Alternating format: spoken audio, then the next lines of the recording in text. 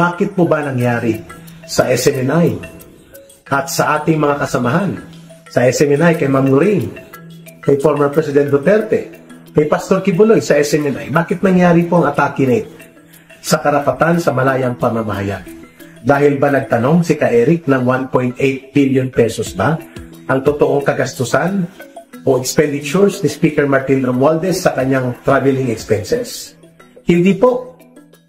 Matagal na pong gustong sirain, paluhurin at ipatiklop at paralisahin ang SMNI at ang mga anchors nito kagaya ni Ka-Eric at ni Dr. Badoy na siyang layunin noon pa ng CPP, NPA, NDF at mga kasabwat po nila.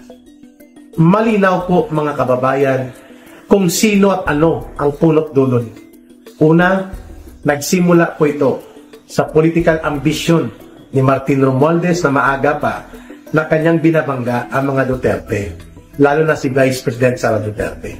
At dahil dyan, kinasabwat niya, kinasapakat niya, kinontsaba niya ang mga CPP, NPA, NDF urban operatives like Franz Castro, Raul Manuel, Arlen Rosas, Teddy Casino at mga grupo nila na mga dati namin kasama sa CPP, NPA, NDF at ginamit sila bilang mga attack dogs at mga tagapagbusal laban sa mga grupo at organisasyon na lumalaban sa kanila at nagiging kalaban na rin sa politika ni Martin Romualdez. I'm talking about the Vice President Sara Duterte, who is now a very staunch advocate of anti-communist terrorism sa ating bansa. Former President Rodrigo Duterte, Pastor Kibuloy, the founder of SMNI, and kami, ako si Ka-Eric, si Dr. Badoy. Kami po ang mga nakikita ng CPP, NPA, NDF na mukha at boses nang lumalaban sa communist terrorism at malaki pong impact ng aming paglaban sa kanila. Kami nila Sara Duterte, nila Rodrigo Duterte, nila Pastor, at ang buong SMNI network. And because of that, hiningi nilang uno namin kay Martin Romualdez na makapangyarihan pa kay sa presidente kung gumamit ng poder at abusuhin nito sa poder sa kapangyarihan sa gobyerno. Dahil gusto rin ni Martin Romualdez na mawala ng platform kung saan naghahayag ng kanyang saloobin ang very popular still na former president natin na si Tatay Digong at ang kanyang mga paghahayag ng katotohanan sa mga abuso sa pundo at kapangyarihan ng gobyerno ay tinarget na rin ni Martin Romualdez ang SMNI. Ganon din po ang kanyang pagtingin na i-take out ng SMNI si Pastor Kibuloy, mawawala na ng boses si Rodrigo Duterte at si Sara Duterte. At syempre, collateral damage kami dyan para sa CPP, NPA, NDF. Yan pong punot dulo kung bakit kami napunta sa Kongreso. Sapagkat kung totoo na kami ay nag-abuso sa aming press freedom at sa aming karapatan sa paghahayag, the solution for that is for the Speaker of the House to file libel cases against me, against Lorraine Badoy, against the editors, and the President of SMNI. Hindi para pumunta sa Kongreso at atakihin nila ang legally established franchise, which is, by the way, effective until 2044. Batas po yun eh. Ang kaso ng ABS-CBN po ay iba yun. Expired franchise yun at maraming mga violations in law, like hindi pagbabayad ng tamang buwis, mga problematic investment na may foreign interest, yung kanilang mga utang sa bangko ng gobyerno na dinadaya nila at hindi nababayaran. And all those allegations ng abuse ng workers nila. At for 6 years, wala po silang franchise na kasi pumaso na ang ABS-CBN franchise sa panahon pa ni Noynoy Aquino bilang presidente. And yet, never nag-order si Rodrigo Duterte na ipasarado ng NTC, National Telecommunications Commission, ang ABS-CBN sa loob ng 6 na taon until hindi na nila na-renew ang kanilang franchise. SMNI po wala. Nagtanong kami, naging mitsa yun ng kanilang galit, itong mga sip-sip na mga kongresista like Suarez, si Kimbo, si Paduano, si Tambunting, si Pimentel, at mga kasabwat nila, si Mix Nograles, nagpulong-pulong kasama ang taga-CPP, NPA, NDF, at ginamit nila ang kapangyarihan ng Kongreso para ipatawag kami, bastusin, iharas, takutin, at ipakulong ng iligal at sirain sa mamamayan ang SMNI. Subalit, itong mga ganid na mga politikong ito at mga sipsip na politiko at uhaw sa kapangyarihang inaabuso nila, they forget one thing. Ano po yun? Nakalimutan nila na mulat na ang taong bayan. Nakalimutan nilang sambayan ng Pilipino. Kaya sa ginawa nilang pag-apak sa aming mga karapatan, ay para na rin inapakan nila ang karapatan ng buong sambayanan. Kaya tumindig po kayo at kayo po ay nagpahayag ng inyong pananaw na regardless kung tumutugma ang datos na itinatanong nila ka Eric sa SMNI, regardless kung mayroong source o wala na inihahayag, ang pagtatanong sa anumang dang panahon o saan man at kailan gagawin ng ordinaryong mamamayan at ng mga media practitioners, hindi po bawal yun.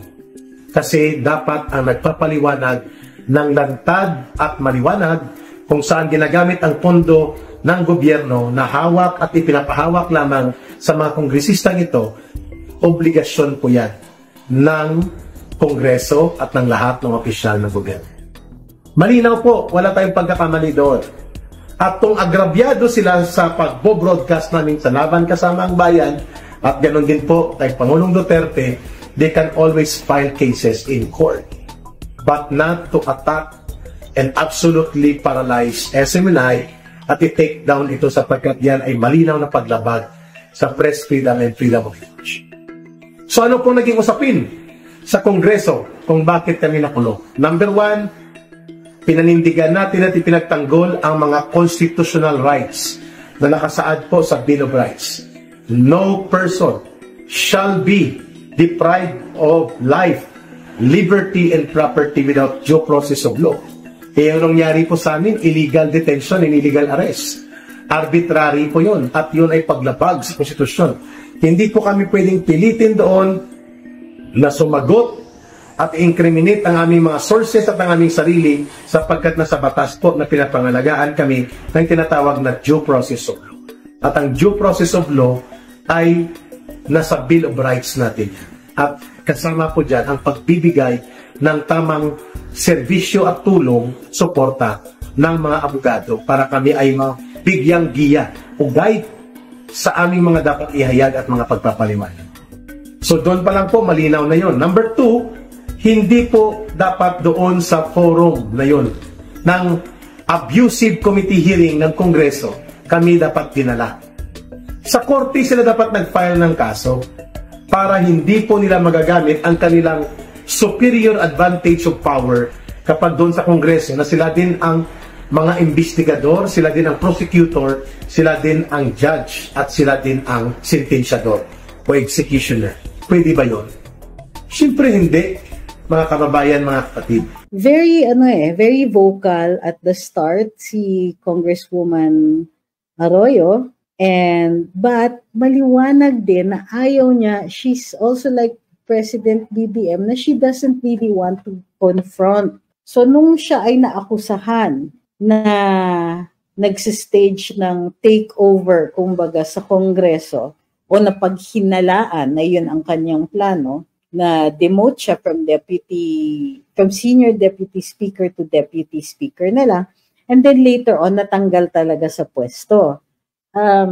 Pag binasa ninyo po yung kanyang mga statements, puro siya appeasing, puro siya, we still respect, we ganito, he was I was his mentor, puro appeasement, walang, I didn't do this, walang explaining of herself too much. Nag-explain siya nung umpisa, nung na-demote siya from senior deputy speaker to deputy speaker. Sunod-sunod yung kanyang mga statements, medyo explaining, pero yung trato niya kay speaker was very deferential. Until, at napansin ko na tumahimik po siya nung parang nakasuhan siya o in-announce na posibleng kasuhan siya para dun sa sa transaction involving Malampaya. So dun ko napansin. So it's either she's keeping low-key, ayaw niyang mapansin, off the radar siya, kasi baka ma-misconstrue na naman or baka pag-isipan, paghinalaan na naman siya. Sabi ni Ma'am Susan, bakit nga po nakakabingi ang katahimikan ni PBBM, unlike si PRD nung time niya, nagsasalita agad siya para walang gulo. Well, unahin na natin na magkaiba po nga sila ng style.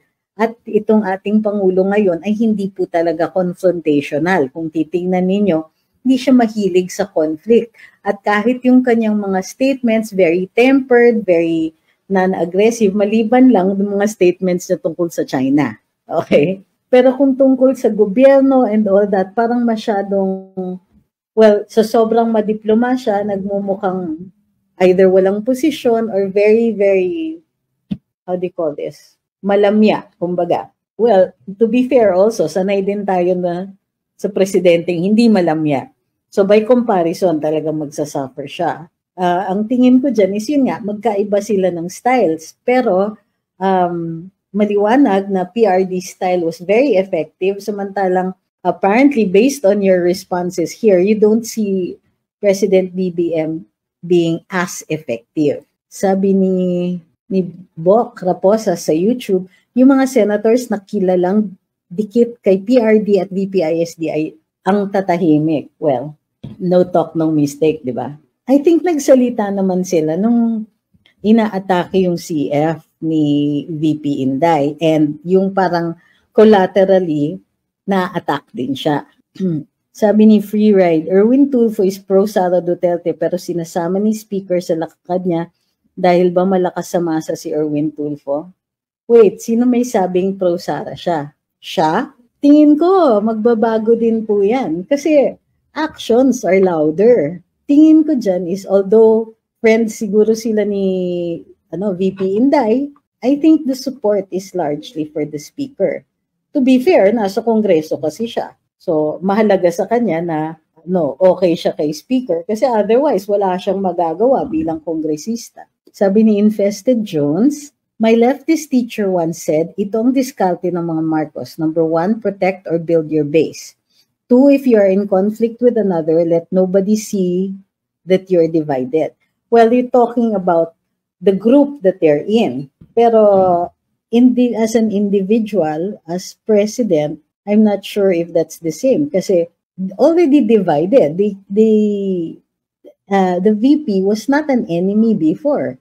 And as a matter of fact, from what I understand, never asked concessions or asked for only very few concessions from the president. Ito, sabi ni Gamgam, buti pa yung nagbigay ng ayuda, ang bilis nila, dapat ibuhos na lang nila ang budget sa agri. Well, to be fair, ang ating saligang batas, ang sinasabi nito ay ang priority o number 1, ang biggest budgetary allocation should be for education. Pero tama po kayo na dapat buhusan talaga ang agrikultura kasi kailangan natin ng mas matinding production. Dahil unang-una, tataas na naman ang presyo ng pagkain next year gawa ng El Nino. Kung kaya, dapat tinututukan natin production. Kaso, sabi ni Bok, legal po ba ang ginawang suspension ng MTRCB sa SMNI? Ang tingin ko, may power ang MTRCB gawin yun. Pero, hindi ako sure kung may power sila mag-preventive suspension. Kasi po, itong pinataw ng MTRCB, liliwanagin ko lang hindi ito penalty. Ang preventive suspension, normally yan sa gobyerno yan. Or sa trabaho, sa administrative cases. Na kapag yung tao ay maaaring mag-tamper ng evidence o mag-tamper with the witnesses, mag-witness tampering, ay hindi mo papapasukin yan para ma-avoid na pakialaman niya yung records, yung evidence, yung witnesses dun sa kaso that is filed against him. Ngayon, dito, preventive suspension daw. What are you preventing them from doing? So, sinuspindi daw ang ilang anchors or yung program. 2 program daw sa SMNI ang sinuspindi. Pero preventive suspension, dun po ako nagtataka. Ano yung reasoning behind this? Ano yung philosophy? Bakit kailangan mag-preventive suspension ang MTRCB? Ba't hindi na lang diretso mag-impose sila ng penalty? Sabi ni Arnel, not effective but efficient. Nobody said anything about either. Ang sinasabi natin, well, probably not efficient kasi nga, nagmo-multiple positions eh. In his hesitation to remove certain officials, nagpapatong siya ng additional na officials. And we're paying for all of those positions. Doble-doble ang kumbaga, there are too many people implementing the same things or having the same mandate. Sabi ni Riel, mas dapat ngang isuspend yung show ni Tulfo sa dami ng kalaswaan. Ay, may ganon? Hindi ko po kasi napapanood so hindi ko alam na meron palang ganon. Okay, sabi ni Kokoy, ano daw ang status ng 450 billion na in-insert sa BICAM sa 2024 budget? Tinanggal na ba yun? Bakit naman po itatanggalin yun? Yan po ang unprogrammed funds, di ba? Ang unprogrammed funds po ay walang budgetary allocation. Kumbaga, reserve funds yun na hawak ng DBM para pag kinailangan ng mga departments, then maaari silang